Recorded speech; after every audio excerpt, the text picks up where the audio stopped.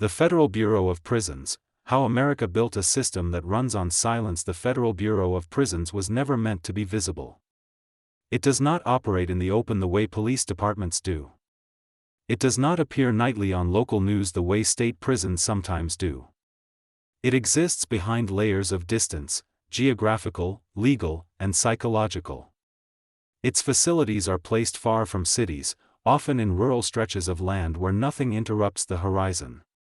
Its authority is centralized, its rules standardized, and its operations largely insulated from public view. This invisibility is not a failure of transparency. It is a feature of design. The Federal Bureau of Prisons, commonly referred to as the BOP, was built to manage people the federal government considers uniquely dangerous, disruptive, or complex. From organized crime figures to large-scale drug traffickers, from terrorism-related convictions to white-collar offenders whose crimes crossed state and national boundaries, the federal system was created to impose uniform control where local systems could not. But over time, that mission changed. What began as an administrative solution to federal crime quietly evolved into one of the most controlled incarceration systems in the modern world, one where violence did not disappear, but was transformed into something quieter, slower, and far harder to confront. A system born from centralization. The Federal Bureau of Prisons was formally established in 1930, during a period when the federal government was expanding its authority in response to organized crime, Prohibition-era violence, and interstate criminal networks. Before that point, federal prisoners were often housed in state facilities or makeshift arrangements, leading to inconsistent conditions and limited federal oversight. The creation of the BOP was meant to solve that. Centralization allowed the government to standardize punishment, security, and classification. It allowed inmates to be moved across state lines, separating them from criminal networks and local influence. It allowed federal administrators to think in systems rather than cases. From the beginning, the emphasis was not rehabilitation in the modern sense. It was order. Order across jurisdictions. Order across facilities. Order across time. That emphasis would shape everything that followed. The federal prisons differ from state prisons in ways that are often misunderstood. State systems are fragmented. Policies vary widely. Conditions depend on local funding, political pressure, and regional culture. Violence in state prisons can be chaotic, unpredictable, and highly visible. The federal system is different. It operates under a single national authority. It classifies inmates through a standardized risk matrix. It assigns facilities based on security level, not geography. It moves people strategically, not reactively. This creates a system that appears calm on the surface. And that calm is misleading. How violence forced a redesign. By the late 20th century, federal prisons faced a problem that threatened the system itself. Certain incarcerated individuals continued to exert influence no matter where they were housed. Some organized assaults without direct contact. Some attacked staff during routine movement. Some destabilized entire facilities simply through reputation and intimidation. Traditional responses failed. Lockdowns disrupted operations but did not eliminate influence. Transfers spread problems rather than solving them. Segregation units became overcrowded and ineffective. The system reached a conclusion it would never state publicly: as long as people could interact, violence could reorganize itself. The answer was not more force. The answer was less contact. The architectural turn. Federal prison violence did not decline because people changed. It declined because spaces changed. New facilities were designed around isolation rather than containment. Corridors were narrowed. Cells became single occupancy. Recreation was individualized. Movement was scheduled down to the minute. Every design choice served one purpose: reducing unplanned human interaction. This was the moment violence was redefined. No longer something that erupted spontaneously, violence became something the system sought to preempt entirely, by removing the conditions that allow it to form. What followed was not peace. It was silence. Silence as policy in modern federal prisons. Silence is not incidental. It is enforced. Doors open electronically. Commands are procedural. Communication is minimized. In many units, incarcerated individuals can go days without hearing another human voice beyond short instructions. Meals arrive through slots. Recreation occurs alone. Showers are scheduled, monitored, and brief. This environment dramatically reduces physical confrontation. It also produces something else. When violence turns inward as federal prisons became quieter, a different pattern emerged. Assaults declined. Riots disappeared. Weapons became rare. At the same time, reports of psychological distress increased. Medical records, internal assessments, and later court filings revealed consistent trends. Anxiety disorders intensified, sleep disruption became chronic, emotional regulation deteriorated, cognitive function declined. These outcomes were not limited to people with pre-existing mental illness. They appeared in individuals who had previously shown no psychiatric symptoms. The cause was not difficult to identify. Extended isolation alters the human nervous system. The federal system did not dispute this. It absorbed it. Discipline without force. One of the most striking aspects of the Federal Bureau of Prisons is how rarely physical force is now required. Noncompliance is addressed through restriction, loss of privileges, reduced movement, increased isolation. Punishment is administrative, not confrontational. This makes the system appear humane. But over time, restriction compounds. A single disciplinary action can lead to placement in more restrictive housing. That placement can last weeks, months, or years. Behavior deteriorates under isolation, which leads to further restriction. The cycle sustains itself without a single blow being struck. Administrative segregation becomes a way of life. Administrative segregation was originally designed as a temporary measure. A cooling-off period. A way to separate individuals during investigations or emergencies. In the federal system, it expanded. Special housing units, commonly called SHUs, became long-term residences. People were placed there not just for what they did, but for what they might do. Risk replaced action as the justification. This shift marked a turning point. When punishment is based on prediction rather than behavior, confinement loses its endpoint. The quiet expansion of extreme control. As the federal system refined isolation, it began reserving its most extreme measures for a small population it labeled unmanageable. These were individuals considered too disruptive, too influential, or too dangerous for even maximum security facilities. The solution was total separation. This logic would eventually produce the Supermax model, but its foundations were laid long before the first Supermax prison opened. The Federal Bureau of Prisons was already thinking in terms of permanent control. Staff inside the machine. Correctional staff in federal facilities operate under strict protocols designed to minimize emotional engagement. This is not a reflection of indifference. It is survival. Consistent behavior reduces manipulation. Limited interaction reduces risk. Predictability reduces incidents.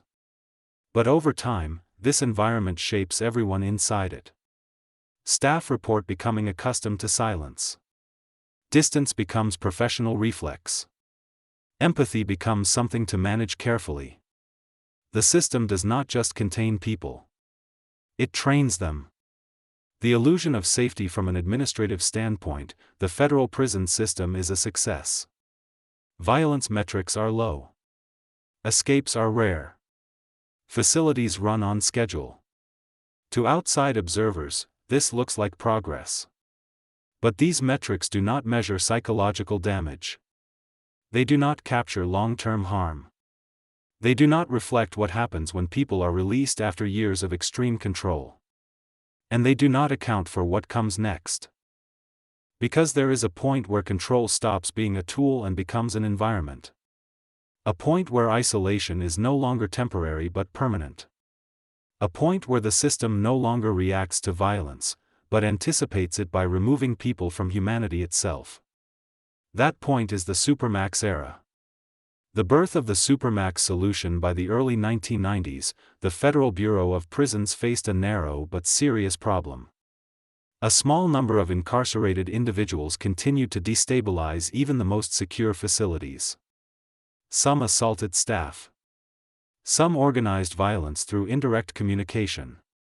Others exerted influence simply by existing in shared space. These individuals did not represent the majority. They did not need to. The federal system is designed around predictability. A handful of unpredictable actors can disrupt an entire facility. Administrators concluded that maximum security was no longer sufficient. The solution was radical in its simplicity. Remove interaction entirely. Supermax confinement was not designed as punishment in the traditional sense. It was designed as risk elimination. A place where influence could not spread because no one else was present to receive it. In 1994, that idea became physical reality. A prison designed to erase contact. Supermax facilities operate on a different logic than other prisons. Cells are single occupancy by default. Movement is rare, escorted, and restrained. Recreation occurs alone, often in small concrete enclosures. Meals are delivered through slots. Communication is minimal, monitored, and delayed. In many cases, individuals spend more than 23 hours a day alone.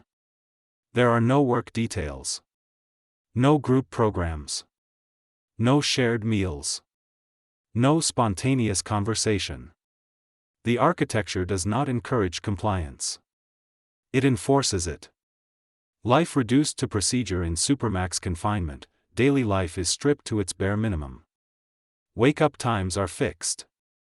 Lights follow institutional schedules. Showers are limited.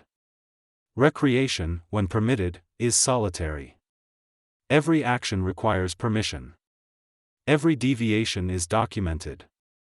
Every document feeds into a risk profile that determines how long confinement continues. Over time, identity erodes. People stop thinking in days and weeks. They think in compliance reports. In reviews. In evaluations they rarely see. Time no longer moves forward. It presses inward. The psychological toll of extreme isolation. Long-term isolation produces effects that are no longer debated within medical literature. Extended confinement without meaningful social interaction alters brain function. Stress responses become chronic. Emotional regulation weakens. Perception changes. Symptoms frequently reported include persistent anxiety, panic responses to routine sounds, difficulty focusing or organizing thoughts, memory loss, emotional numbness, hallucinations. These symptoms often appear even in individuals with no prior mental health diagnosis. The cause is not mysterious. The human nervous system requires interaction to regulate itself. Remove that interaction long enough, and the system begins to fail. When illness is treated as threat inside Supermax confinement, psychological deterioration is rarely treated as injury. It is interpreted through a security lens. Disorientation becomes noncompliance. Emotional outbursts become disciplinary issues. Withdrawal becomes suspicious behavior. The response is rarely relief. It is restriction. Medical staff may intervene, but always within security constraints. Therapy is limited. Contact remains minimal. Medication may be adjusted, but the environment stays the same. The system attempts to stabilize individuals without changing the conditions that destabilize them. This contradiction defines Supermax confinement.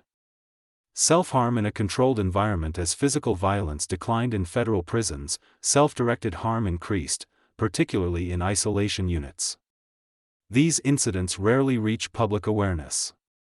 They occur behind closed doors, under constant surveillance, recorded in internal reports.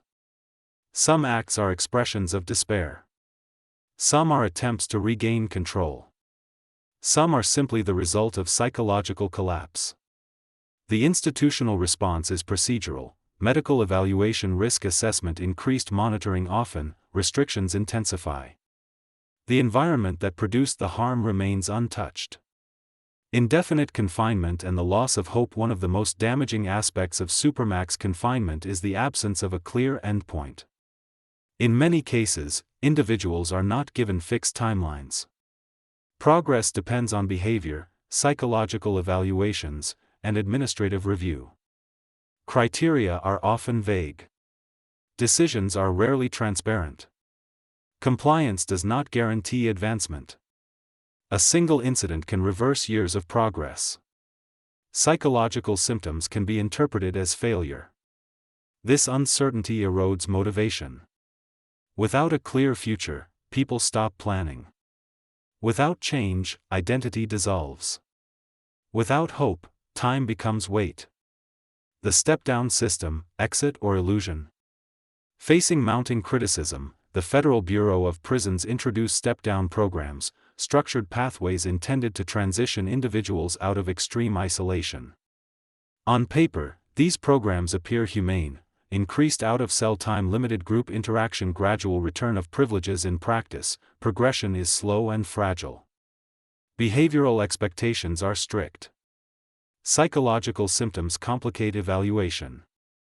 Administrative discretion remains absolute. For some, step-down programs work. For others, they become another layer of control: hope offered conditionally, then withdrawn. Legal challenges break the silence. Supermax confinement remained largely unchallenged until lawsuits forced the system into public view. Incarcerated individuals, advocacy groups, and mental health experts brought cases arguing that prolonged isolation, especially for people with mental illness, constituted cruel and unusual punishment. Discovery processes revealed internal records, staff acknowledging psychological deterioration, medical professionals warning about long-term harm, administrators aware of self-harm trends. These cases did not claim ignorance. They demonstrated knowledge. Settlements without admission. Most Supermax-related lawsuits ended not in sweeping rulings, but in settlements. These agreements forced changes: removal of severely mentally ill individuals from extreme isolation, creation of specialized mental health units, improved review processes, expanded step-down programs. But they stopped short of dismantling Supermax confinement itself. The system adjusted without surrendering its core logic. Reform with limits. Reforms within the Federal Bureau of Prisons have been real, but narrow. Mental health exclusions exist, but thresholds are strict. Oversight mechanisms exist, but transparency is limited. Language has softened, but conditions often remain unchanged. Solitary confinement becomes restrictive housing. Isolation becomes special management. Words change. Structures remain.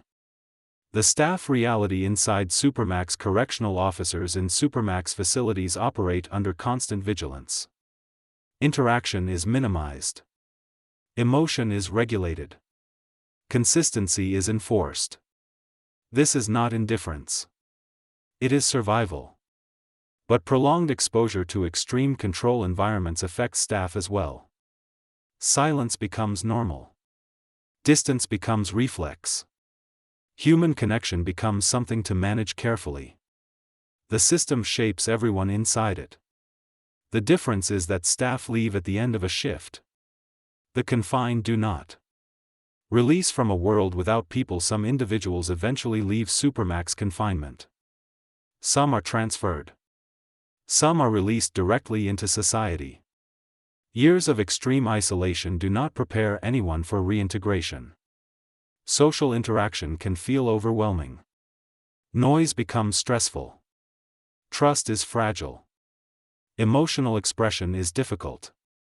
The skills required to survive isolation, withdrawal, hypervigilance, emotional suppression, do not disappear when doors open.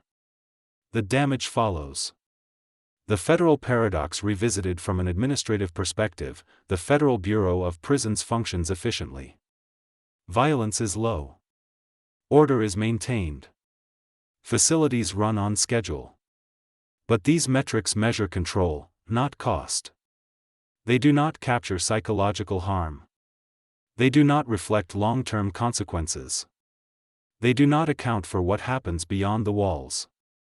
Why the system persists: Supermax confinement continues for one reason: no alternative has replaced it.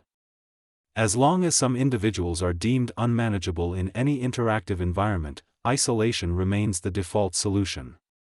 The system is not designed to imagine alternatives. It is designed to remove risk. And removal, once normalized, becomes permanent. The final reality: the Federal Bureau of Prisons did not eliminate violence. It redesigned it. Violence no longer explodes into riots or assaults. It unfolds slowly, through isolation, uncertainty, and time. It leaves fewer marks. It generates fewer headlines. It is harder to challenge. But it is no less real. Closing reflection: federal prisons are quiet now, not because harm ended, but because harm was reorganized. Silence became policy. Isolation became infrastructure. Control became permanent. And once a system learns to function this way, it does not easily turn back.